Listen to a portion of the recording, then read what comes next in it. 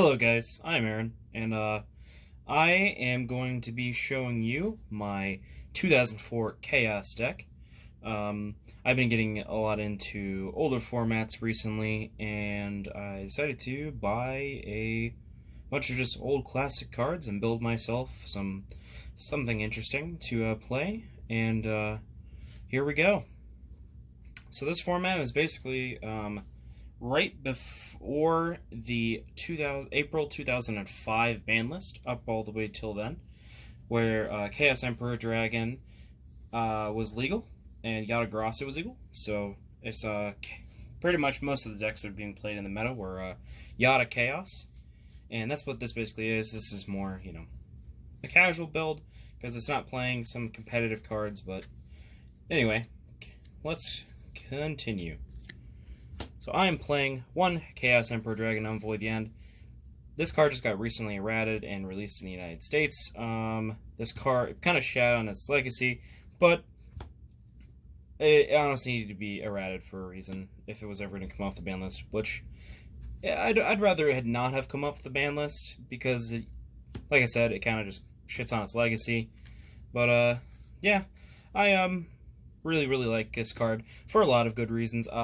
It just helps you establish your Yata lock, and not only that, it's just a boss monster that is so badass. Destroy everything on the field and burn your opponent for 300 cards. You destroyed everything on the field and in a hand. So the next is BLS, like the staple card for GOAT format for the next following format. In this format, you wanted to do in tandem with your Chaos Emperor Dragon and your Blackluster Soldier. These were your two big boss monsters, your game winners, your game enders, so on and so forth. One Dark Magician of Chaos. Some people didn't play this, some people like to play Jinzo over this, some people thought this was too slow. I like this card because if you send it off a painful choice or have any way to get it onto the field, recurring your very powerful spell cards is a really big deal in this format. Because you run a busted-ass line of spells in this format. So next you play 2 copies of Kaiku the Ghost Destroyer, just to keep your opponent from getting those chaos monsters out in the graveyard. Not only that, it's a 1800 beater and it's a dark. Then I play 2 DD Warrior Lady. A lot of people ran 3, but I was trying to keep it as 40 cards as possible. And I'm playing some other tech spells in here. And 3 DD Warrior Lady to me seemed like it was a little overboard, especially since 1500 is decent, but it's not that big of a beater. But mostly you're just running this for its effect. So, and then the last 2 of monster that you play in the deck is 2 copies of Magician of Faith, just because you're running so many busted ass spells in this deck. Just getting them back is just a must of. So then you're playing one. Then I'm playing 1 copy of Reflect Bounder. I like this card because it does a lot of good damage. This card's really good to draw if you're not able to establish the Yata lock and you blow up everything with Chaos Emperor Dragon. Or it's just a free light body engrave, because when an opponent attacks into it, it just negates the attack, gives all the damage to them, and then it goes to the grave, so it's good light fodder for your graveyard. Break with Magic Warrior. Not much to say about if you're familiar with older formats. This card is busted, and it will always be busted for these older formats because it's a 1900 beater. If you have a token on it, and then if you remove the token, 600 beater, destroy spell or trap. So pretty damn good. Trap Infecting Virus, staple in this old days. This card just removes so many problem issue cards just by discarding a card, and the fact that it's not once per turn makes this card so busted of a card. Will this ever come off the ban list? I think it should, just because there's so many things that can stop it, but Shining Angel. This card is good to getting out your DD Warrior Ladies, and it's more light fodder in the grave. Some people like to play the 3rd DD Warrior Lady in this guy's place, but I like him because it's good light fodder, and it recruits out your stuff. So then Witch of the Black Forest and Sangan. These guys help you establish your Yata lock or search out whatever you need in your deck. Sangan searches out something 1500 most attack, and Witch of the Black Forest something 1500 more attack. But most of the time, you want to be a monster born things off of after you've painful choiced, and then Chaos Emperor Dragon to get Yata. Then you play one copy of Magical Scientist. Other people will like to play Jinzo in this spot, but I love Magical Scientist for his utility aspect. And if you have a GOAT format extra deck laying around, he works so great with it. So, you know, just pay 1,000 life points, bring out anything from your fusion deck that was 1,000 or less, level 6 or less.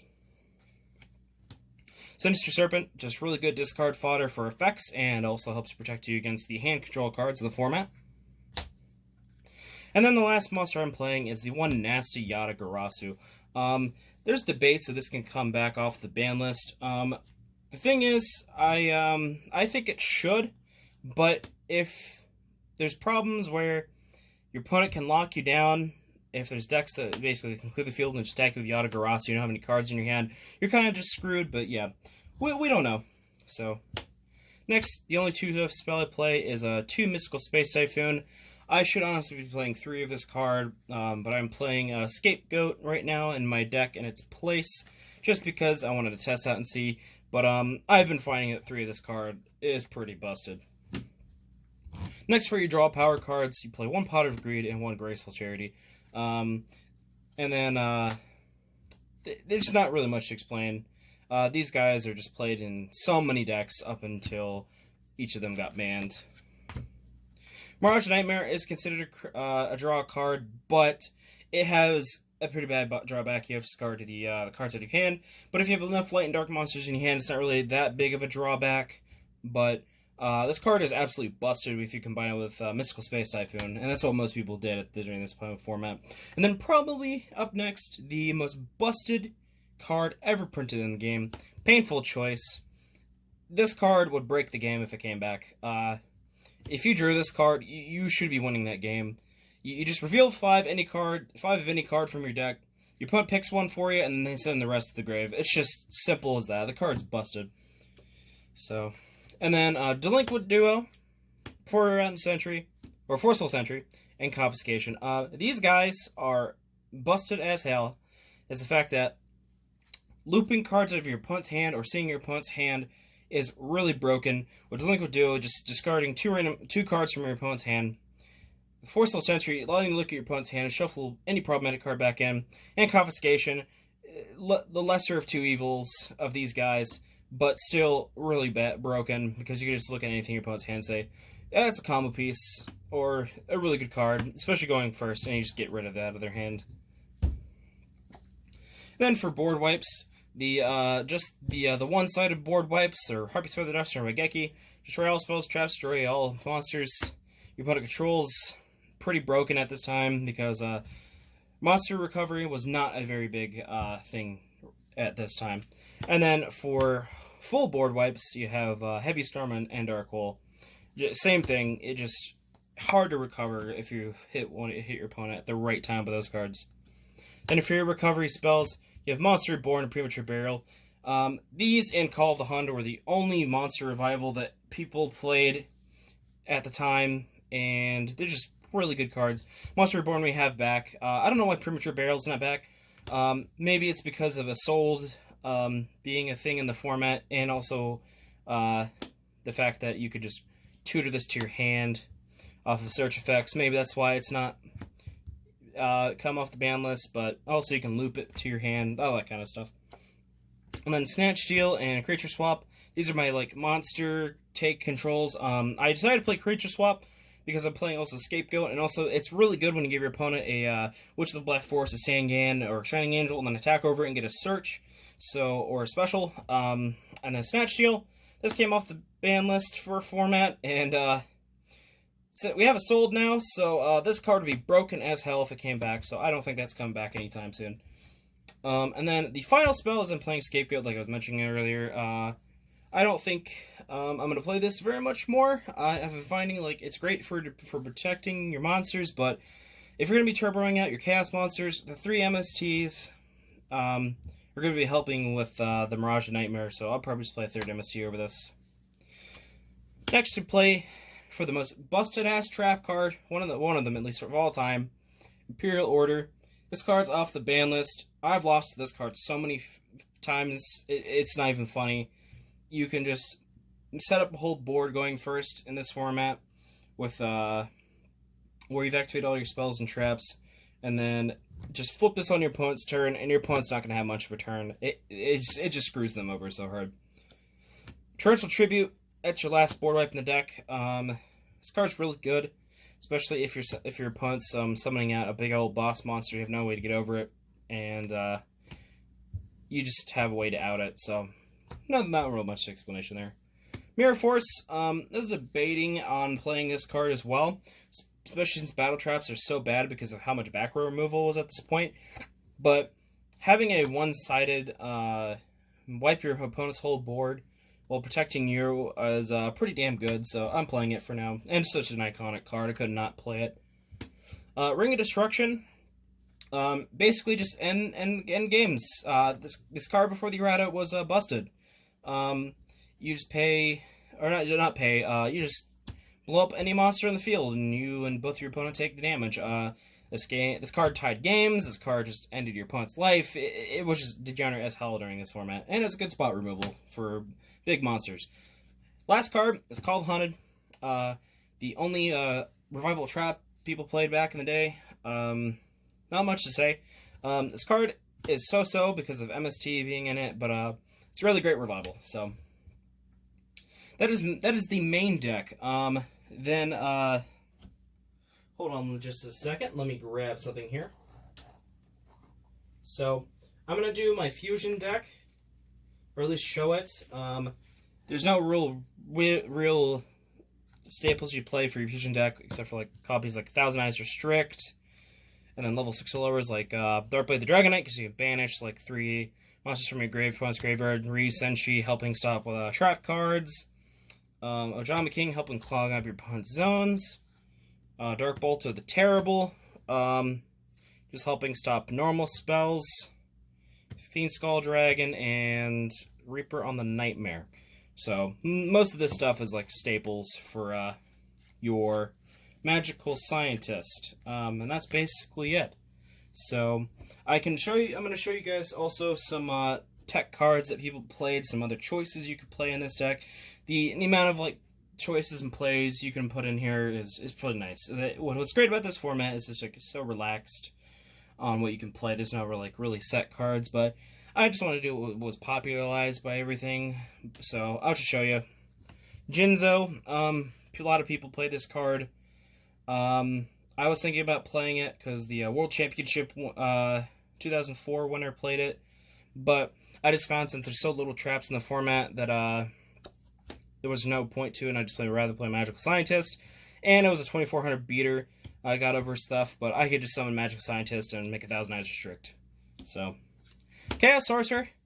Yes, this card was a thing. Not really many people played it because the big boys were also in the game. But if you're not really wanting to play the Dark Magician of Chaos, you could play this boy in its place. This card is a really great substitute for it. Just really good monster removal and decent stats, and you can easily summon it out. So Assure Priest. If you're playing against like a stall deck, this really helps just attacking over all your opponent's monsters. So Injection Fairy Lily, if you're playing against monsters that like to summon out big boys, just pay 2,000 life points, it goes up to 3,400, and attack right over it. Don Zalug, if you're playing the hand control turbo version of this deck, definitely play Don Zalug, but I don't like Don Zalug because it's a 1,400 attack, and a lot of the time you aren't going to do much damage to your opponent with attack that little. They always will have something bigger, but if you can do it, then do it. So Cyberjar, I was debating on main decking this card just because of how good this card is, but the problem with Cyberjar is that it just helps your opponent too, and if you're not lucky enough getting enough monsters, your opponent could sometimes OTK you on that same turn or the next turn, depending on how it went. So it's kind of a gamble, so there's the reason why I put it back there. 2 cards you definitely should be side decking. 2 Noble Mana Crossout for those stall and flip decks. Definite staple. Swords of Revealing. I know some people like to side this or main this. It just helped against big decks and help you stall out. You can choose whether or not to play it. It's still a really good card. So Change of heart. Some people are playing this over my creature swap because I decided to play creature swap over this. You can definitely play this if you want, but I would recommend playing taking out the Dark Magician of Chaos then and play Jinzo, so you at least have a card to combo this off with. So, card destruction. Just a really great card to help turbo your deck. If you're playing the Chaos Turbo variant, for sure play this. I was not playing the Turbo variant. I'm just playing the more generalized variant, which is like the Chaos control, hand control kind of mixture. So, but for sure you could play this card if you really wanted to. Now, Solemn Judgment. Now, this card was at 3 during this format, and I don't know why nobody thought that, hey, Solemn Judgment's a card. It can stop big things. It's just against the life point restriction. You have to be a really good player to know when to activate and resolve this card. Because your opponent could just straight up say, okay, well, you've done that now, I'm just going to OTK you, because you're at 4,000 or less life points, pretty much at that point. So, and then some people like to play the second Torrential Tribute over the Mirror Force. I agree with them at some point, because at least you could chain the Torrential Tribute to a summon or something of the sort. So, like, if your opponent's breaker is going to pop this, you could just chain it to the Torrential Tribute to the summon of the breaker. So, at least you get some mileage out of it. So, that is my 2004 Chaos deck profile. If you're ever interested in this format, or if you just leave a comment in the down below, if you want to know more, because this is one of the formats that I play a lot, along with Goat Control. And yeah, that is it. If you guys are interested in also seeing more other deck profiles, just leave a comment and let me know. I will be doing my my Goat Control deck profile after that, and then maybe some Chaos Turbo, and maybe we can do some 2002 Yugi Kaiba format if you're all interested in that. So thanks for watching, and have a great day.